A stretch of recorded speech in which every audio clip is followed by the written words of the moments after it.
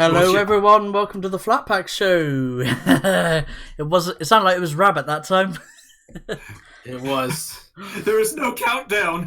God damn it, Rabbit! He works off of a countdown basis, apparently. No, There we're was all no bell. There's no bell. Well, welcome to episode 89. I'm 20 Kind of episodes like too late. 69. It's kind of like 69, but 20 more. That was a funny episode 69. We had a good laugh about that. Aye, it was a sexy episode indeed. And now you know the rest of the story. So yeah, episode 89. I'm your host, Flattmeister. I've got my co-host with me. We've got Switchpoint. Yep, I'm here. He's here. He's always here. Good old Switch. We've got Nerd Waffle. I see you, Flat. I'm looking at you right now. in our Flat Pack studio. We have. And we don't have a Crumple Point, unfortunately, but we have a special guest. And this Yes. and also this topic was suggested by him as well. It's Rabbit Sensei Gaming. Hello, today we are going to talk about cooking chicken. Yes, today we are going to coat the chicken with butter. Watch as it causes the breast to glisten supplely as we now put it into the oven. Watch the juices just drip ever so slowly. Oh, When you said today, when you said today we are going to be cooking, and it reminded me of that Mortal Kombat parody where it goes, "Today on cooking with Scorpion, yes. learn about chopping, cake decorating, chopping, tenderizing." Okay, then. I mean, let's face it, if Scorpion was having a cook-off, he would have shish kebabs. Get over here! And then just, like, skewer them all on the same thing. And then just, like, put them in a pit of hell. And for about 20 minutes till brown. And then, put some sauce on it, flip it around, and then got yourself a good kill kebab. Well, to be fair, he would cook better than Duke Nukem. Duke Nukem would just blow it up and we only have tiny pieces and we'd all be going, damn, where is it? To be fair, he'd cook better than Sub-Zero, who wouldn't cook it at all. I'm trying! I can make ice cream, but I can't do this. Speaking of Duke Nukem, today's topic, which was suggested by Rabbit Sensei months ago, and we just never got round to actually we put it on the back burner because we were having so many guests on, like comic creators and stuff with their Indiegogos. But we've finally gotten around, and I knew you were excited to be on the show to talk about. Oh yeah, to talk about it, because retro games are right up your alley. Flat's lying. We purposely went out and tried to and begged people. They're like, please come on our show so we can delay this. That makes all too much sense. Well, I mean, with a hey, you street hippie, come on in. Let me answer that question with another question. Who wants to make $50? Say, go on, Switch. What were you gonna say? I was just gonna ask Rabbit. I mean, like, there's been a lot of retro games that have been getting remakes recently, like re-releases or remakes or just kind of redos. I mean, I personally have been loving it. I mean, like the Resident Evil 2 remake's been pretty awesome. The Link's Awakening remake Final was pretty good. Fantasy God. No, not the Final Fantasy. That's a contra. I'm excited. I don't know, like I just got an excitement boost, but I'm gonna still try to stay grounded because it could still be a shit show. But I saw some more footage of Final Fantasy VII remake, and I'm like, I might actually enjoy this. I think that there's a chance that Capcom might be considering doing RE3 remake down the line as well as the other ones. There are definitely. So basically, I mean, the remake. I think we're in an age of kind of like video game kind of remakes right now for people like kind of or retro like bringing back old retro games like Blizzard's first Diablo game, and it's been put out by GOG instead of Blizzard. But we don't talk Thank about God. Blizzard. Oh yeah. Right, Wait, we don't talk about who? Don't talk about Blizzard. Wait, don't talk about who? Blizzard. Yeah, exactly. Come on, man. Yeah, exactly. Blizzard. Blizzard who? What is he not getting about this? Blizzard. We don't talk about Blizzard. I don't know who you're talking about. sorry. Damn Are you it, talking about Tencent, the Chinese company that is clearly against people's freedoms? democracy. Oh, but yeah, Switch, to answer your question on whenever you said what's my thoughts on the remix, I think the remix is a good thing right now because a lot of people have forgotten what games used to be like. And they've been going for more cinematic experiences here lately, where before it was all about the fun. The fun, the game, the gameplay. I mean, they're remaking Abe's Exodus now. Yeah, I think it's called Soulstorm now. Because they remade Abe's Odyssey. I think that was called New and Tasty. Yes, Yeah, they did do New and Tasty. Though the thing that with them having sort of 3D rendered models and stuff, the camera kind of pans along when you move Abe, whereas when you played like original Abe's Odyssey, that you'd have like the screen transition when you'd go from left to right or right to left. So sneaking up on a sleeping what are they called, sligs? Yeah, sneaking up on a slig, like you in the New and Tasty one, you don't know where like the detection line is. So if you're running and then want to go into a sneak, you don't know at what point he might detect you. Whereas in the old game, it was simple that you went into sneak in that transition between the two screens. Fair.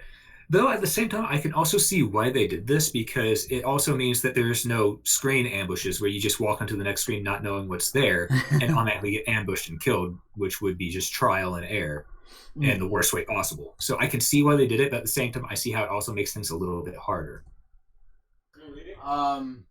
I saw a sort of a meme about it, but it was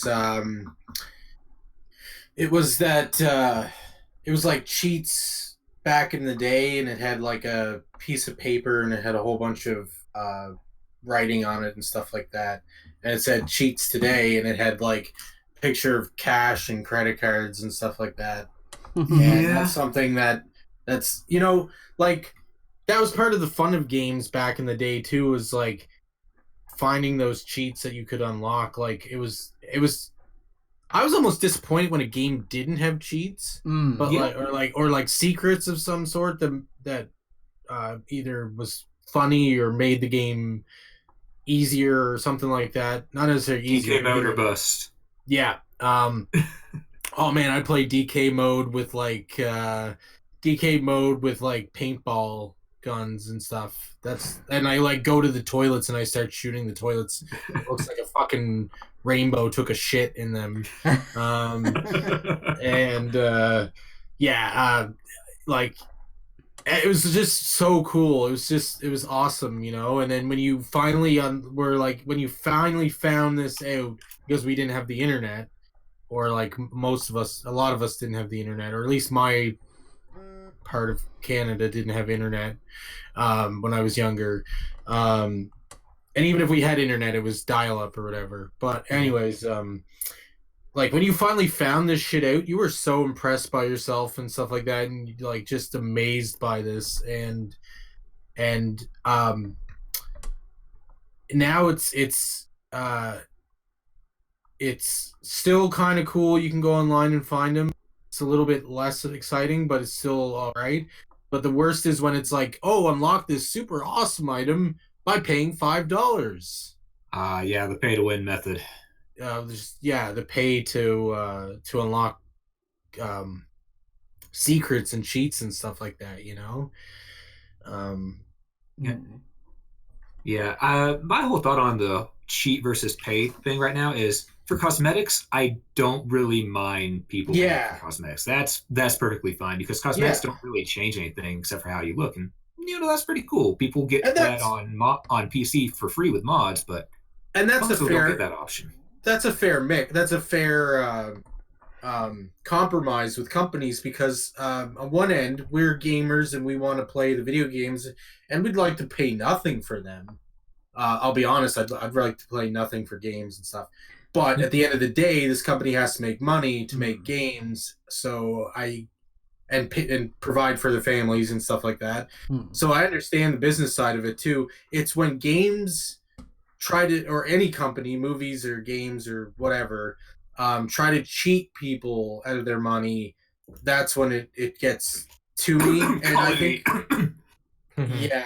I couldn't hear between the coughs then, Rabbit. I'm sorry. Something was just caught in my throat. It may have been. I think I have a bit of that. I think I have a bit of that. What you got too, like magic arena. Oh dear. You want to take a lem sip there, Corey? Magic arena. Oh dear. Yeah. It's a compromise though. The cosmetic thing is a compromise. You don't need it. If you want to deck your character out for $20 and you got the money and you just want to make it look cool, do it. But you don't have to do it to enjoy the game and play the game fully, Yeah.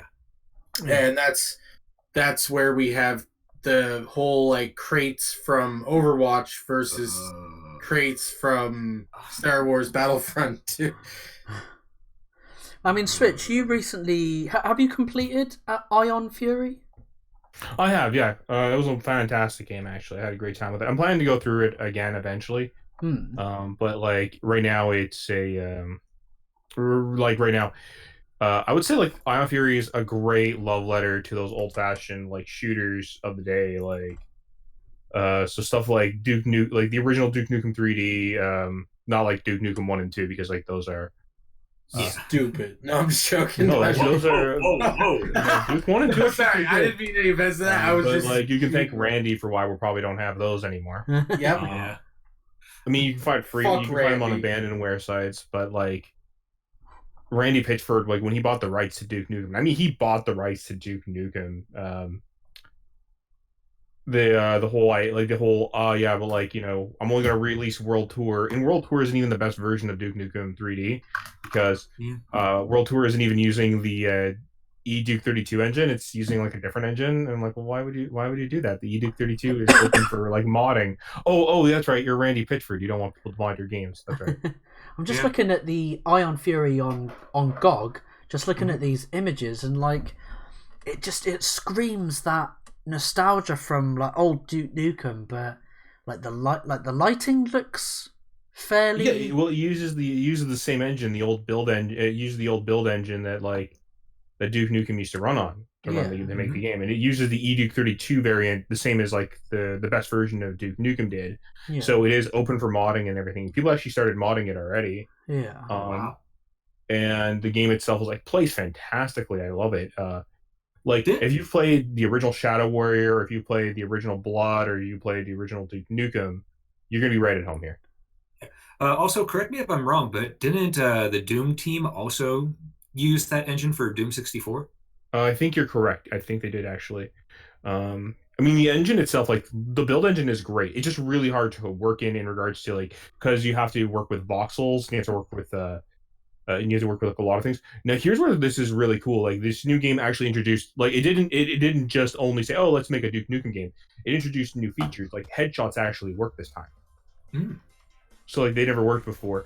There's actual proper level transitions now. So, with the way computers currently work, like, nowadays, they can actually have, like, a preload area where the game will load up the next section. So, like, there's an area that, like, in a level where they'll have like basically the area almost kind of repeats at the end of it and the beginning of like the next area of the level, and then those two areas will then it'll create a seam where then the next part of the level loads and you won't actually see it. It's actually because like computers are fast enough to now do that. Yeah. So it creates like an actual like seamless level. It's actually really cool, and it means that you can have like even bigger levels than you ever had before.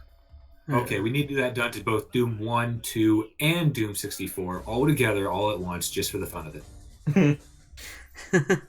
I love just like the animations of like the sprites, and then when they blow up into a bloody pulpy mess. However, like I don't want to disregard, because there's some amazing people out there working in the classic gaming. Like when it comes to classic shooters, there's some amazing people. Take a look at like I'd recommend taking a look at like the guy who made what is it called right now? So I'm gonna bring up my library here so I can remember the names of the games here. Well, I mean, I've been playing through so many of them. Like I'm playing through so many of them. A Medieval is amazing if you like the original like Hexen and stuff like that. There's also like, let me take a look here. There's Dusk that recently came out. That's really fun and a fast-paced shooter. Similar to like Blood or stuff like that. That one's actually really good. But like more 3D, so maybe like not Blood, but you get the idea. Kind of like stuff like that. You have Heat On, which is okay. This one's actually really different. So this guy took the Doom engine and made a mod for the Doom engine and recently sold it. But Heat On is different because it's much more slow paced than what you're used to for these type of games, because there's a really strong focus on puzzles and like figuring out like the areas and how to get out of those areas. Not that there isn't areas where you fight. There are definitely areas where you fight, but this game is much more methodical, and so it's very different. You know? Yeah, like the people who are working in these engines right now, who are taking these old engines and showing like these guys are still heavy hitters, can still do a lot.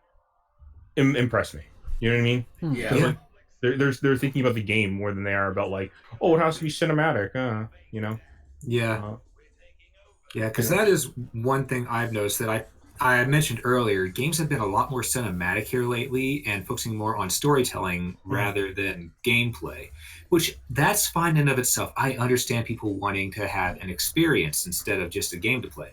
Yeah. I can understand that. But it does come at a price with a lot of games, like the most recent God of War, for example. The gameplay is okay at best. The story is astounding. But once you've beaten it once, you're done. And that's $60 out the window. Yeah. There's a balance, right? See, like back in the day, other than like Super Nintendo or whatever, but like even like back as far as the first PlayStation, they did cinematics back then, but like not as much as they do today. Today it's almost like, am I watching a movie or playing a game? Yeah. Oh, you're talking about Kojima. Like, I mean, I love so I mean, I love video games, and there's times where I do like a more story based game, but I mean like but like every once in a while, like I find myself coming back more to the games that I find myself like with a lot of single player replayability. I love single player games personally. Hell, like we even have people who take a look at a Hat in Time. I think you recently played through that yourself, didn't you, Rabbit? I have not had a chance to fully play through it yet, no. Okay. I would recommend it. Literally, I didn't. Okay, you know when you know the first time you popped in Mario 64 or you know better, Mario Sunshine or Mario Galaxy, like you know what? Switch. I was about to slap you when you said Mario Sunshine. Mario Sunshine's actually a really good game. I don't care what you say. The game is good for just beating it normally, but I went and got all the blue coins in that SOB. Oh well, I'm sorry for that game. But you know when you play a 3D Mario game and you think this is what a 3D platformer really should be like, or like let's say you play Banjo Kazooie, or you're playing like Conker's Bad Fur, you know what I mean? Like you're playing a 3D platformer, you're like good. I'm glad you mentioned those because I'm like I never played Super Mario Sunshine or Odyssey. I've played 64, but I've played Conkers. So Flat, what was one of the platformers you played? I was definitely Abe's Odyssey. I used to play Crash Bandicoot, which of course they remade. They remade that recently, the trilogy. Are they good? The remake's good. There is one issue that I have with it. It's not really like a big issue, huh? Pill hitbox. Yeah. What? Okay, so they changed. Okay, so in the original game, Crash is based off of like a rectangle. Yeah. So when you jump, there's that rectangle. If you know the actual like rectangle, it means you can make the jump, even if you don't know, like it doesn't look like you did. If you know where that rectangle is, you can make that jump. So they changed it to be a pill because of his new design. Yeah. Oh no. So the problem is, it's not that you can't make the jumps, it's just that now because of that, the jumps are actually technically a little harder. And certain levels are actually like your timing might actually be off until you get like the new until you get the new Wasn't it in design. the first game there was the bridge level with the turtles and the what was it, the Road to Nowhere. Road to Nowhere with the warthogs and turtles that would pace back and forth down a narrow. Did you ever try and do the railing rope walk? Yeah. F's in the chat. But the actual scenario of the actual change to his character does actually change your hitbox. No, there's a bonus to it because it means that like certain areas you won't get hit as easily against specific enemy types, which is nice. But there's a downfall to it for platforming purposes. So it's like it's a weird double-edged sword. I found that sometimes I needed that extra little. I didn't really make it, but they like let it slide by kind of thing in Crash. Most Crash players agree that they should have just kept the hitbox the way it was, and just because the graphical update was nice. I'm not saying the graphical update was. I like that part. And even the updates, the cutscenes, and everything like that, great, fantastic. But like this one little thing where you change the hitbox, that wasn't really necessary. The game played quite perfectly even beforehand.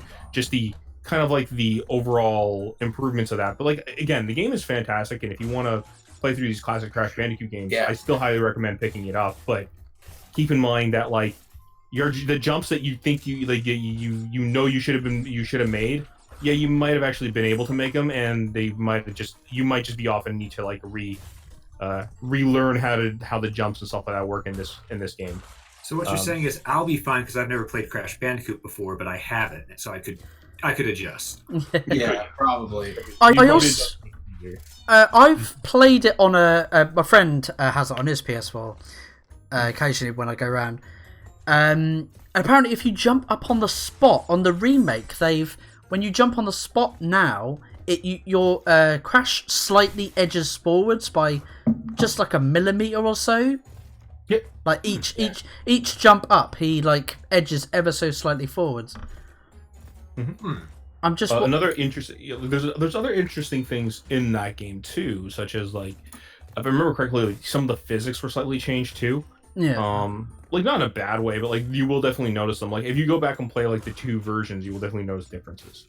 Actually, mentioning that he edges forward a little bit after every jump, that may actually be to adjust for the pill-shaped hitbox. That's true. It could be. But it's still gonna set you. It's possibly would still set somebody who's used to the old way off because you're with that push forward or whatever, like slightly. That I believe would take place in the air, wouldn't it? Yeah, like I mean, the thing is, like a few people have studied it. There's some people who are much better versed in these studies than myself. So but like it is an interesting question. I mean, one cool thing actually is the Spyro remake did a much better job, if you would ask me, on this one. Because the Spyro one did actually change hitboxes to a degree for the models, but like at the same time, they made it like make more sense to what was like happening, kind of thing. Yeah. So like I personally preferred the Spyro changes overall. Again, like from what I played, I don't actually own the Spyro game, so maybe it might be different. But it's funny that we've mentioned both these games because they're the Humble Bundle monthly Crash Bandicoot Insane Trilogy. Not sponsored. And hell, if they want to give us money, like we're all for it. But yeah, it's just funny to me because I'm like, wait, I've seen this before, and then I was like, yeah, those are 2 of the 3 games they're offering on Humble Bundle for the monthly. Oh, nice. I just wanted to point that out because it's hilarious. We went from Crash to Spyro, and they're both on there. But like, yeah, so I was recently like going back to Hat in Time. Hat in Time makes like it tries to get that feel of those classic platformers, but it does it like fantastically. Like okay, when I play that game, I for myself, like, okay, sure, the game is rough around the edges, and it is an indie game, so it's like not perfect, but at the end of the day, I'm thinking to myself, this still, like, at the end of the day, this is perfect. Like, this is Nintendo quality, like, platforming, um, to the point where, like, I beat that game like 2 to 3 times. I don't know how many times I've beaten it already, but I've beaten it a few times. I've had a blast every single time I've gone through it. I've gotten all the DLC and I beat all the DLC. Like, I even bought the soundtracks. Like, it's a testament. Like, it was actually one of my favorite games when it first came out. Like, that the game of that year. I think it was like last year, the year before it came out. But I would have argued it was like my game of the year that year when I picked it up. Yeah. Your game of the year for that year wasn't Yeehaw Skyrim? No, sorry, it wasn't. And then that should not have won all those awards that year.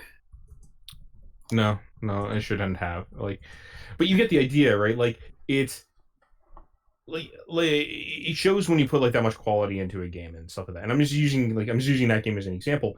When in indie studios are making games, like, here, take a look at like the River City Girls game that just came out, right?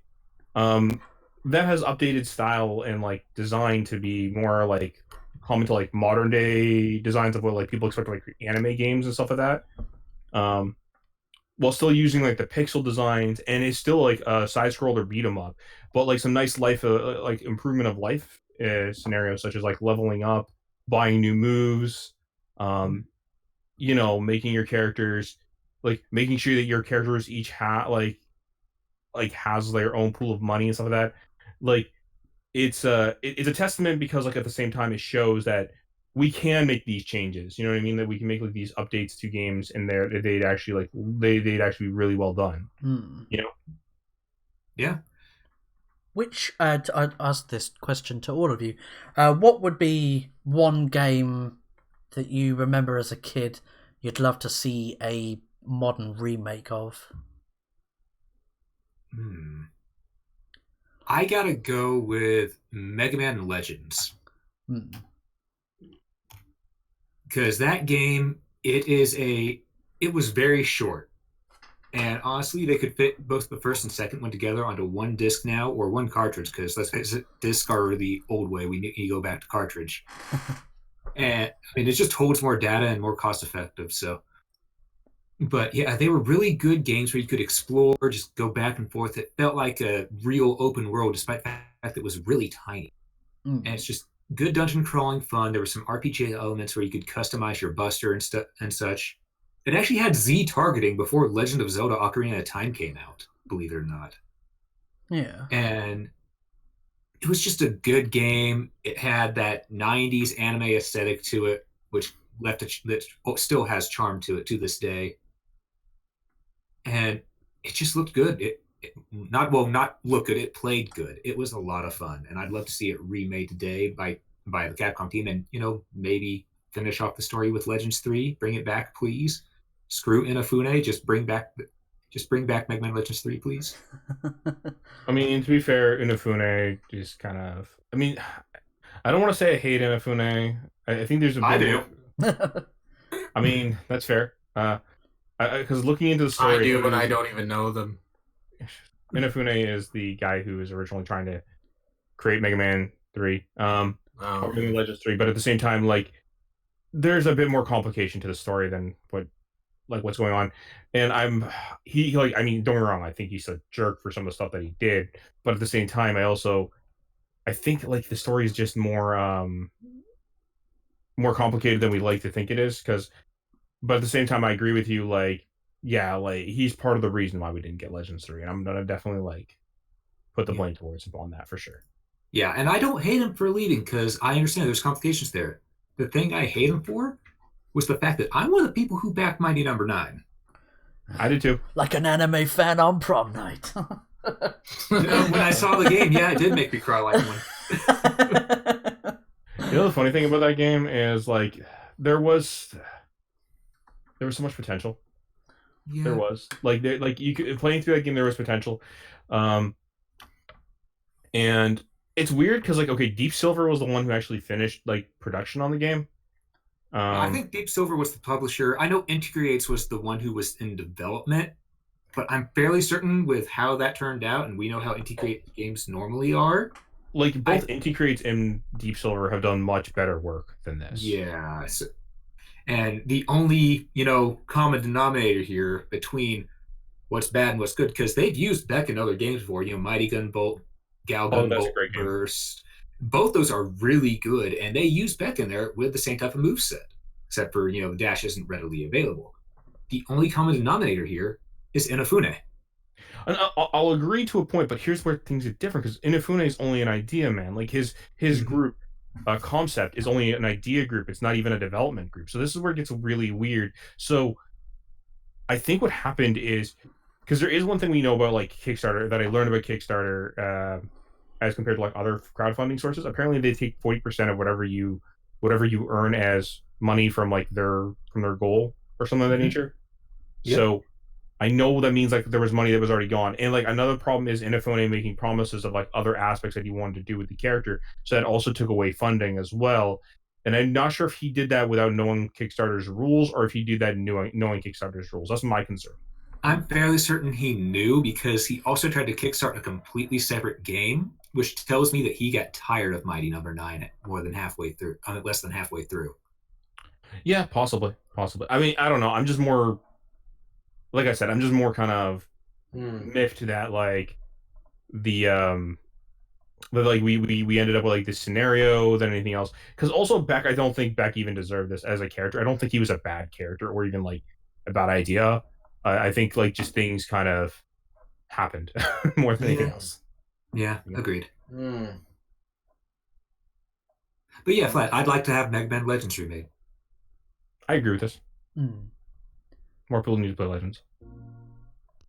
Are you going the same Switch, are you? Well, I mean, if you want me to choose something different, I probably could. If you want, yeah. If there's anything else, I'd like to see. I'd like to see them actually like remake. Actually, I'm gonna go with the No One Lives Forever games, 1 and 2. I was recently playing through them, and they're fantastic. They still play wonderfully. Which I need to get around to playing. Yeah, but I'd like to see remakes and like an actual third game in the series. And the reason I want to point this out is because I'd like the legal issues actually be resolved with that. Yeah. Have those games out there for more people to be able to play them. Like, sure, you can go and find them on like abandonware sites and get them and download them and play them, and it's cool. But I'd like to be able to support those games officially. A nice remake, I think, would actually give some nice quality of life improvements to the titles that they desperately kind of need. But at the same time, I'm going to choose those, and of course, because I want to get in all three. And I'm going to definitely say I would like to actually see a remake of actually like all the old Resident Evil games. Do you know what I mean? Like when I say that, I mean like Resident Evil 1, 2 have gotten remade, but like come on, give us 3, give us Code Veronica, give us like Resident Evil File 1, 2. Yeah, like give them all, like, you know what, might as well. Like there's tons of people who have not gone through the Resident Evil games, and I'm not gonna like say, oh, well, you'll get used to the tank controls. Like sure, I mean some people will, some people won't, but they're still fantastic games. I want to point that out. Like most of them are still fantastic games, but like more people need to play them. And I'm not like any games that have those, even the old Tomb Raiders. That's right. Get off your ass already, IDOS, and remake Tomb Raider 1, 2, 3, and like the Legend series. Fuck you. Because do you remember those a bunch of, just a couple of people, didn't they? They did a demo remake of the first level. Yep. Of Tomb Raider 2. Tomb Raider 2, the Sword of Shion. Yeah, I remember I played through it actually. It was really fun.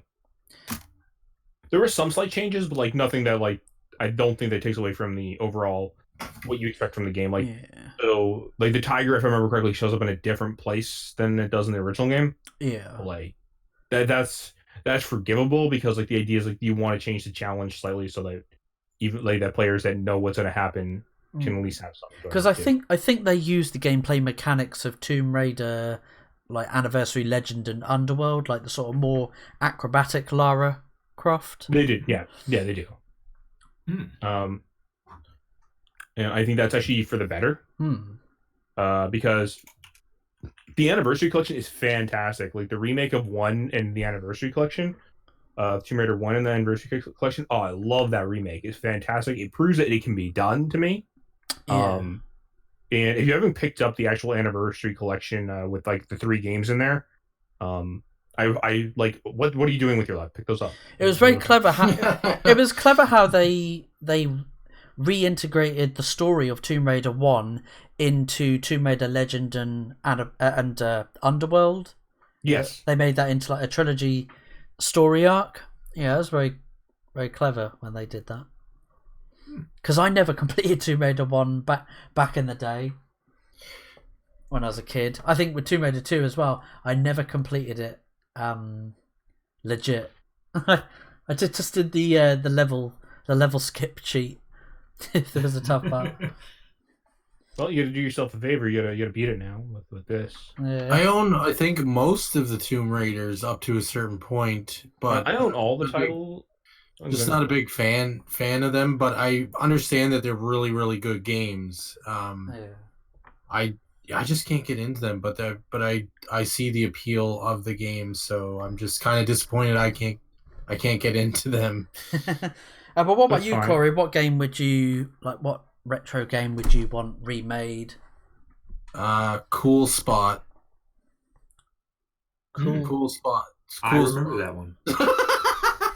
I'm actually just joking about that. Oh, right. We were trying to figure out like what? I've never heard of that game. Oh no, I know it's the 7-Up game. I know It's a 7-Up game. Let's get a remake of that. Okay, let's get that going. There's a time in the 90s, like every like during the 90s, like everybody had to have a mascot, like a cool, edgy mascot. Like this is like where Chester Cheetah comes from. This is where like Ronald McDonald, like, well, he's been around actually before that, but like, he was popular then. But Chester Cheetah is very much a 90s mascot. And there's actually a game about Chester Cheetah too. Oh god, don't remind me of those ones. Yeah, and there's like also who else had like a 90s style mascot? Oh yeah, like the Alphabet's cereal, like the old Alphabet cereal, like changed its mascot to like a computer instead of like the old wizard because well, like, computers are cool. It's the 90s. Even though people like wizards extreme. anyways. Yeah, like everyone was. We care about computer nerds, not D&D nerds. Well, remember Cocoa Puffs cereal and like the cool bear? Cocoa Puffs. Like, oh no, you're thinking Sugar Smacks with Sugar Bear. They're both addicting. They'll both get you. The Sugar Smacks bear. Sorry, that's what I was thinking of. Like the 90s mascots, man. This is the 90s. Yeah. See, the cereal mascots are the ones that you don't get. The first one's still not free. Like the hit of the first cereal, you still have to pay for it, which is disappointing. I know, and then you have to keep on buying more installments. The second cereal, third cereal, fourth cereal. It's like buying DLC for cereal. What is the world coming to? I don't know, but if I had to, the thing is if I had to say seriously though, like, although I played Cool Spot a lot when I was a kid, like 3 or 4 years old or whatever, honestly, Final Fantasy VII was my pick, and I was thinking about it, and I was like, well, I'm already getting the Final Fantasy VII remake, so I can't risk that. So you know what? I was gonna joke about Cool Spot, but I'll say it for cereals. Cool Spot. That game actually was really good on the SNES. Yeah. Crumple Point would probably want a remake of the Pepsi Man game then. The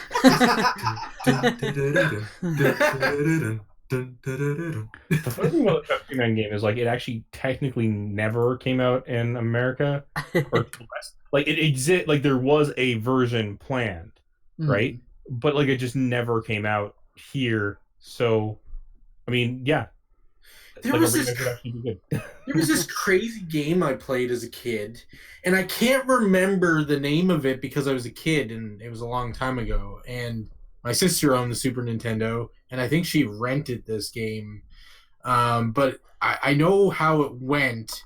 I just don't remember the name or much more about it. But it was like this Super Nintendo game where you were like a wizard or something like that, and you could find these orbs.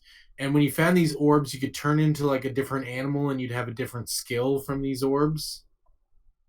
That's about 200 different SNES games right now. Probably. I was just looking. Probably 10, yeah. So my Gemma, my wife would probably want a remake of Croc. Do you remember Croc, Legend of the Gobos? Mm-hmm. Yes. Yeah, she'd probably say that. But Actually, I wonder if it's actually on Steam because there's a company that's been rebuying has been buying like old games and like re-releasing them. Yeah. No, Croc is not on Steam yet, but so like when I say that, they bought like old like games, kind of like K's Legend, like the Legend of K, sorry, the Anniversary Edition, and they bought like that weird Pharaoh game, the one that was like on PS2. Yeah. Where the Pharaoh like platformer game, they bought like a handful of these like obscure platformer games like that you would notice like that a lot of people kind of like forgot or just kind of went to the wayside, and like just re-released them and did like HD remakes and stuff like that for them. So okay, then they like it's the same company that actually ended up buying like the Time Splitters franchise actually. Yeah. Oh, THQ Nordic. Yeah, that's right. THQ, that's who it is. They bought like a whole little licenses at once, and like when they bought Time Splitters, so they bought like all these licenses, and they just upres these other games. I don't know if they said they are thinking of doing something with Time Splitters, and I am looking forward to that if they do. But right, yeah, like they bought like all these weird obscure franchises, and they were like, just release them, whatever, I don't care. But yeah, Flat, what would be your personal choice? Who remembers this game, Tenchu Stealth Assassins? Yes, that came out in 1998. So you want the original Sekiro? Because I was just looking at it, and I didn't realize that From Software actually were a co-publishing company, one of the two companies that published Tenchu Stealth Assassins. Yep. Yeah, fun fact for you, Flat. Tenchu was originally going to be Sekiro was originally going to be an open world Tenchu game, but they decided to make it its own thing after a while. Really? Because like someone here is like, it's a link to a Polygon article, but presumably someone that says, did anyone else get a Tenchu vibe from Sekiro Shadows Die Twice? So yeah, with like the grappling hook and the... Well, because like Sekiro is a spiritual successor to the Tenchu series. Yeah. Like it is like Rabbit said, it was originally supposed to be a Tenchu game. Like it is a people who say, oh, like Sekiro is just like a ninja version of like Dark Souls don't realize that no, you've never played Tenchu then. Yeah. And that game Dark Souls is the Tenchu of video games. Who remembers this level 6 with the crying baby? Oh god. I do. Like you start the game, the level, and you just hear this and then you have this annoying boss, this lady with this weird voice. She's like, I'm not going to let you get it. Here we go, I found the cutscene. It's safe inside my belly. Here we go, I found it. Oh man.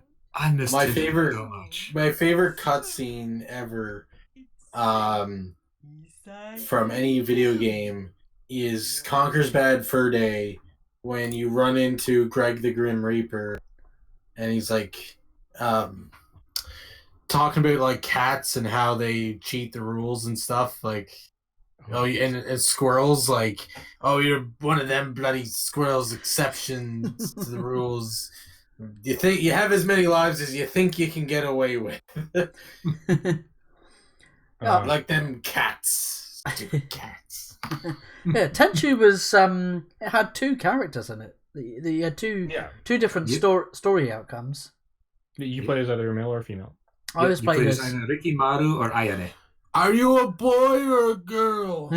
Go you, Rabbit, remembering the names. I always remember Ricky Maru because it's quite a unique sounding name. Yeah, I used to play the Tenchu game so much to the point where whenever Sekiro was first teased and it said Shadows Die Twice, I immediately felt this chill go down my spine because I remembered in Tenchu Wrath of Heaven, that was one of the lines used by the main villain. Oh, wow. Oh, so I didn't know, like, now I know that it was a spiritual successor. That Sekiro is a spiritual successor. I mean, there's some other games that From Software actually did that I really like that never get enough love. Armored Core. Armored Core is another one. Yeah, I remember playing a demo to that on back on the PS1. There's also 3D Block Heroes, I think it was called, or Pixel Heroes or something like that. Yeah, 3D dot. Yeah, you're right. 3D dot.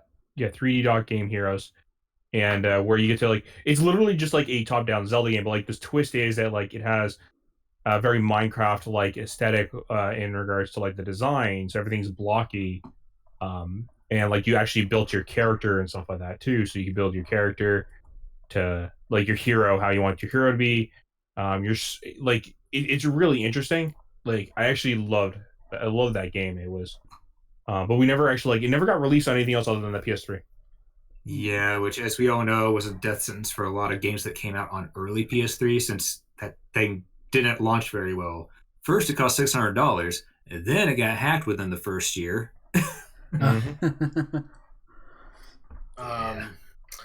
I actually thought of another game I want actually remade. I actually thought of a couple of PC games that I had growing up.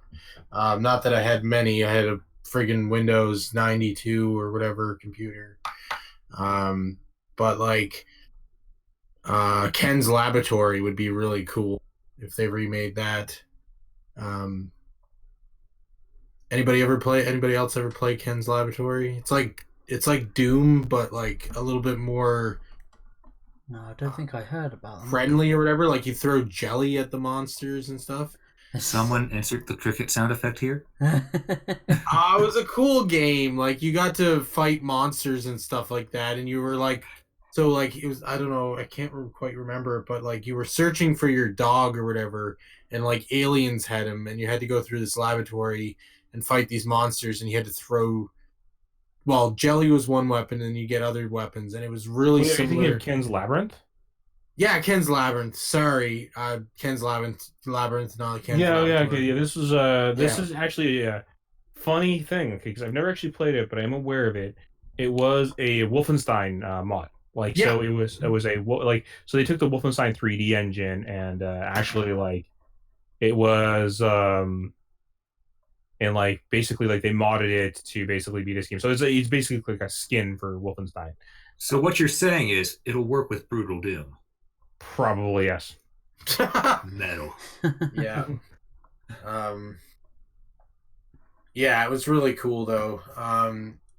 We also had a game called Hexagon, Hexagon. I remember that one. And it was cool. These little globe jelly things, or they might just be orb type things, and these rubies, and you'd try to fill up your board with as much as possible, and it was a really cool strategy game. I really miss it, and I'd like to see a remake of that.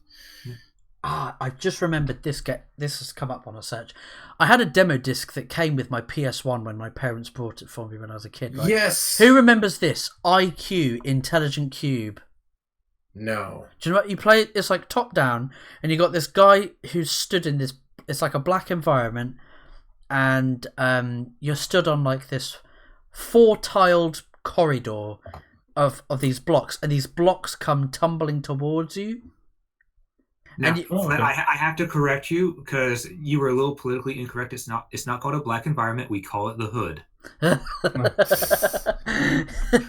ha. So it's a bit like Tetris, but you control a man who, you activate the tiles on the floor, and you then deactivate them when these certain blocks land on the tile.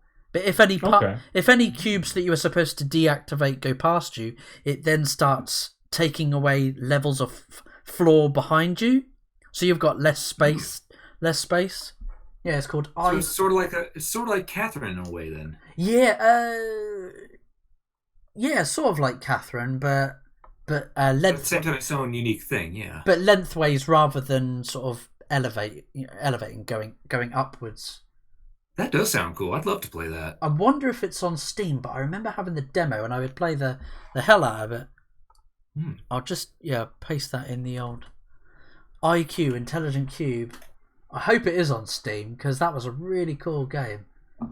And I mean, it really depends on who owns the rights to the game more than anything else. it had like If this it's really Sony, we're screwed. it had this really ominous music and sound effects.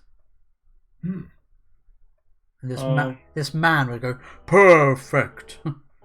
I don't see Intelligent Cube on Steam, but there are a few games that might be similar, like Neo Cube, A God is a Cube. I want to take a look at some of these. Maybe some of them might be actually similar. Oh, it was Sony Computer Entertainment of America. Yep, we're screwed. Yeah, Sony.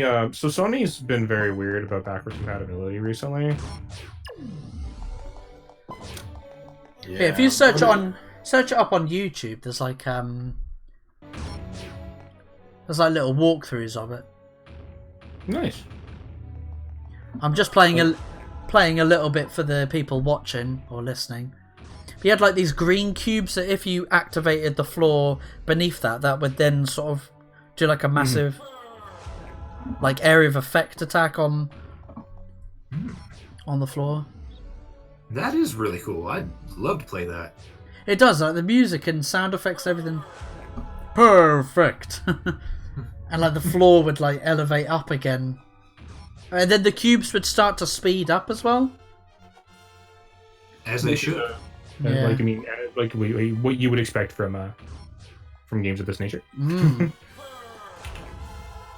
I'd never realised it was a Japanese. Yeah, that was an awesome game. That was. We'll leave it to the Japanese to try some weird things with their games. That's for crying out loud, Katamari Damacy. Oh yeah, with True. Oh, that game looks weird. But I hope that more indie developers start getting more adventurous like this and start creating,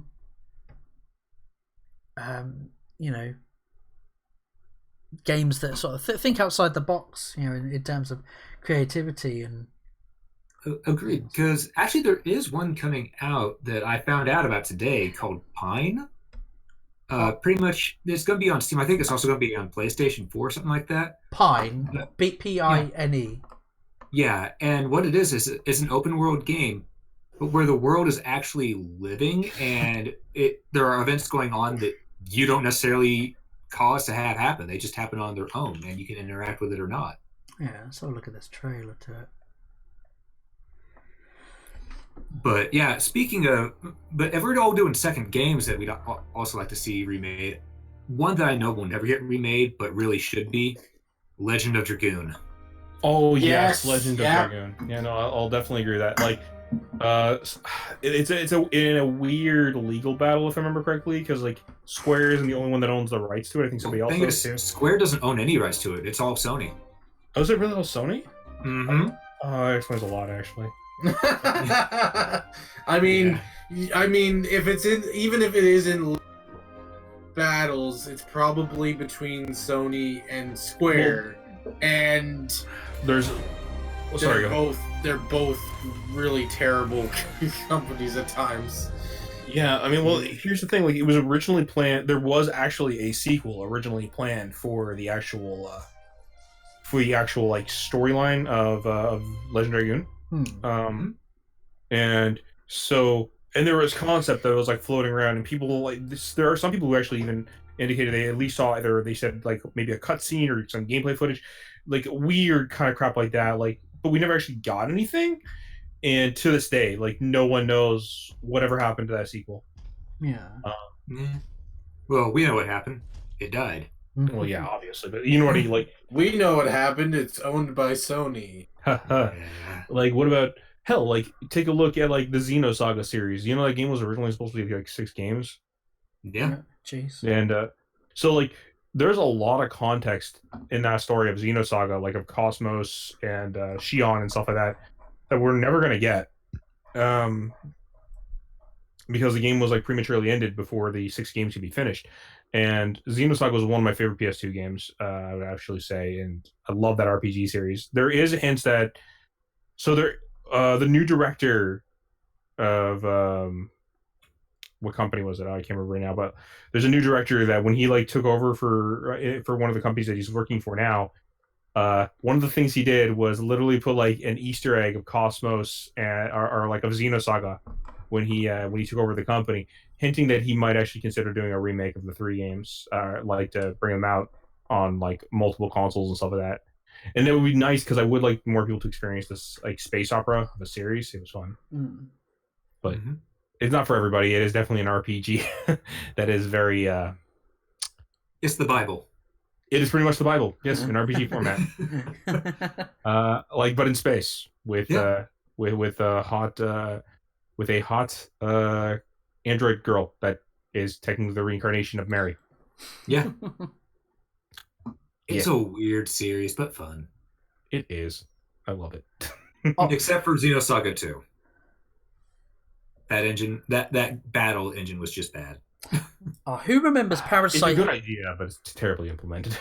Any of you guys remember Parasite Eve? Yes. Yeah, that was another great classic PS5. We forget the Parasite Eve game that was on PSP. Was it really? Mm-hmm. Yeah, I think it was remade for PSP, wasn't it? Or was it a sequel? There was Third Birthday created for PSP as well, which is I guess a prequel, but like it doesn't make sense if you actually try to think about like the timeline.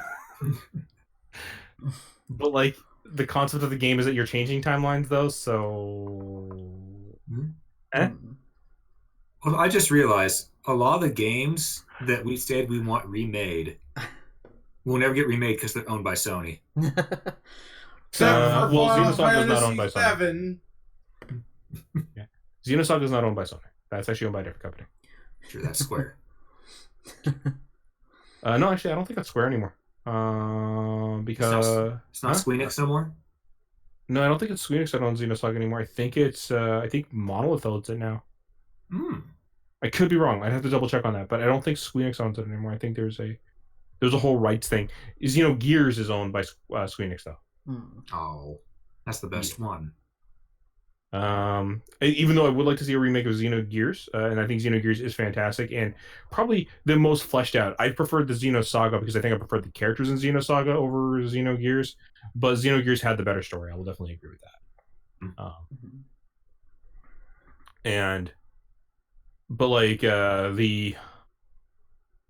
Xenogears I think is still owned by Squeenix because Squeenix has always.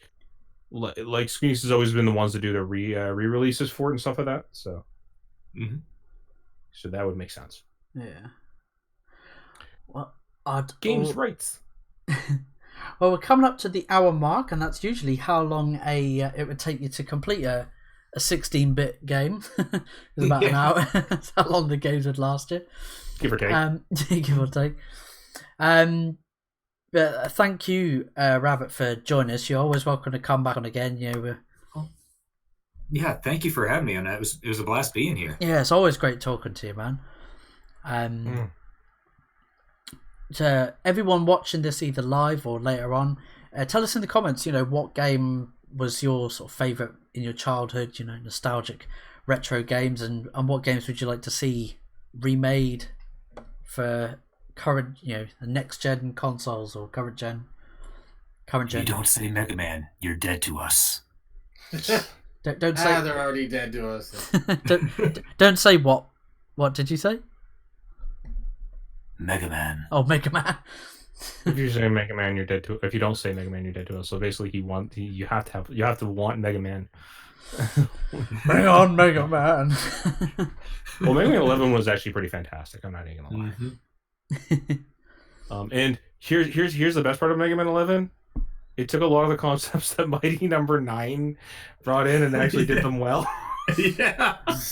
Like I feel like that was just like an FU from the development team who made that game to like Inafune. Like, yes, it's like we see what you did there. We'll do it better than you. Fuck you. So with that, thank you, Rabbit, for coming on the show and chatting with us. Yeah, like I said, thank you again for having me. Yeah, you're welcome to come back anytime, dude. So don't forget, Flat Pack Show is every Wednesdays, 11 p.m. GMT. That's about 6 p.m. Eastern. It's been me, Flattmeister. It's been Switchpoint. Any last words, dude? My new review should technically be out if you want to go check it out. Oh yeah, I think I did see that pop up. It was. Actually, I can't remember what it was.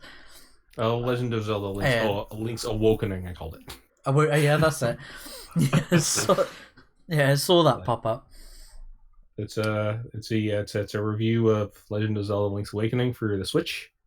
Fun game. I will definitely recommend giving it. But fuck you, don't pay it. I stand by that. I'm actually gonna stand by that. Like you should have stayed in Ocarina of Time, bastard. Also, don't forget to subscribe to Switchpoint's channel. He's got a new video coming out. I don't know when, but he's editing it. I'm editing it. It's taking time. It's a long video. I have to go through about I'm still going through about an hour and a half to 2 hours worth of footage to edit out, and then I have to or I should say audio to edit, and then after that, then I have to go through to edit footage into it and everything. I don't know how long this is going to take me. It's a big boy. It's an anime review. Yes. Of Seven Mortal Sins. Yeah, me and Flat decided to do a review of it. It was fun. Don't get me wrong, but it's going to take late time. Mm. Also, there's a new game coming out that looks a lot like Cuphead. I'm intrigued by called Enchanted Portals. Oh, it looks fun. We'll have to check it out. We'll have to have a look at that. Aye. So that's been Switch. Okay. It's been Nerd Waffle. I'm gonna plug this because we're talking video games, but go see Joker. It's a really good movie. I really enjoyed it, and I think that a lot of people will really enjoy the Joker. It was shot really well, and it's been a film that I haven't seen something like it. They haven't shot films like this in a long time, and yes, also go check out Rabbit Sensei's channel. Go check out Switchpoint's channel. Go check out Flattmeister's channel, and go check out Nerd Waffle's channel. Yeah, go check out my channel too. I haven't been super busy on it lately because we're in busy season in the job that I work in the field I work in, but hopefully it slows down soon in the next couple of months, and then I'll be able to get some more videos uploaded and whatnot. Plus, I've moved my office around in the house, so haven't really had time, but hopefully that'll make things better. And remember to be the change you want to see. Definitely. And last but not least, it's been Rabbit Sensei Gaming. Oh yes, I am Rabbit Sensei Gaming here on YouTube and on Twitch. Same name, both places. And if you like our talk about gaming here, I recently did a full playthrough of a semi-classic game, classic gameplay style called Bloodstained Ritual of the Night. I actually did it on the Nightmare difficulty, where it locks you to level 1 through the entire game. So if you want to see that, check that out over there. I do uploads every Monday, Wednesday, and Friday, and we just focus on having a fun time. That's a new day of the week I've never heard of. Monday. Yeah, Monday. Monday. It's the day that we rather have because Monday sucks. I mean, would Garfield like Monday instead of would he prefer that? Yes, he would. Lasagna all day that day. I see. I see. You are a damn workhorse on YouTube, Rabbit. Oh, thank you. You do. You work yourself to the bone, man, with all your editing and streaming. Yeah. I've edited a video. You're not wrong. Yeah, I've edited a video for him before too. I mean, he put together the highlight reel for my Mega Man X randomizer playthrough. Yeah. Mm-hmm. Yeah, and I really enjoyed doing that. The dub that we all did for your playthrough for the Mega Man. Yes, the first Mega Man X run through. Yes. I can't remember which character. I don't even know if the highlight reel that I did for you even did well or not, but. Oh, it did pretty well. And Flat, answer your question, you were the voice of Sigma. Sigma, yeah, the name was in my head. I loved Switch's the narrator for the boss stages. It's like cool penguin. No, what was it? Chill penguin? What was it? It was chill penguin. Chill penguin. Yeah. Go on, Switch. Chill penguin, and then there was a Boomer Kawanger. Boomer Kawanger. I like the little echo effect that you put on it as well. With Switch's voice. Anyway, reverb. Bit of reverb. Anyway, thank you everyone who's joined us live. Big thanks to Jay, who's a big supporter of the show. He always comes by. Don't forget, Flat Pack shows every Wednesdays, 11 p.m. GMT, 6 p.m. Eastern. A big thank you to you, Rabbit, for joining us. Yeah, and just remember, you can find them on the YouTube, the Twitters, the Pornhubs, and the RedTubes. I'm not on the Pornhubs. I hope not, anyway. Unless there's been some deep fake of me. Anyway, we'll catch you in the next episode, everyone. Take it easy. Bye. Bye.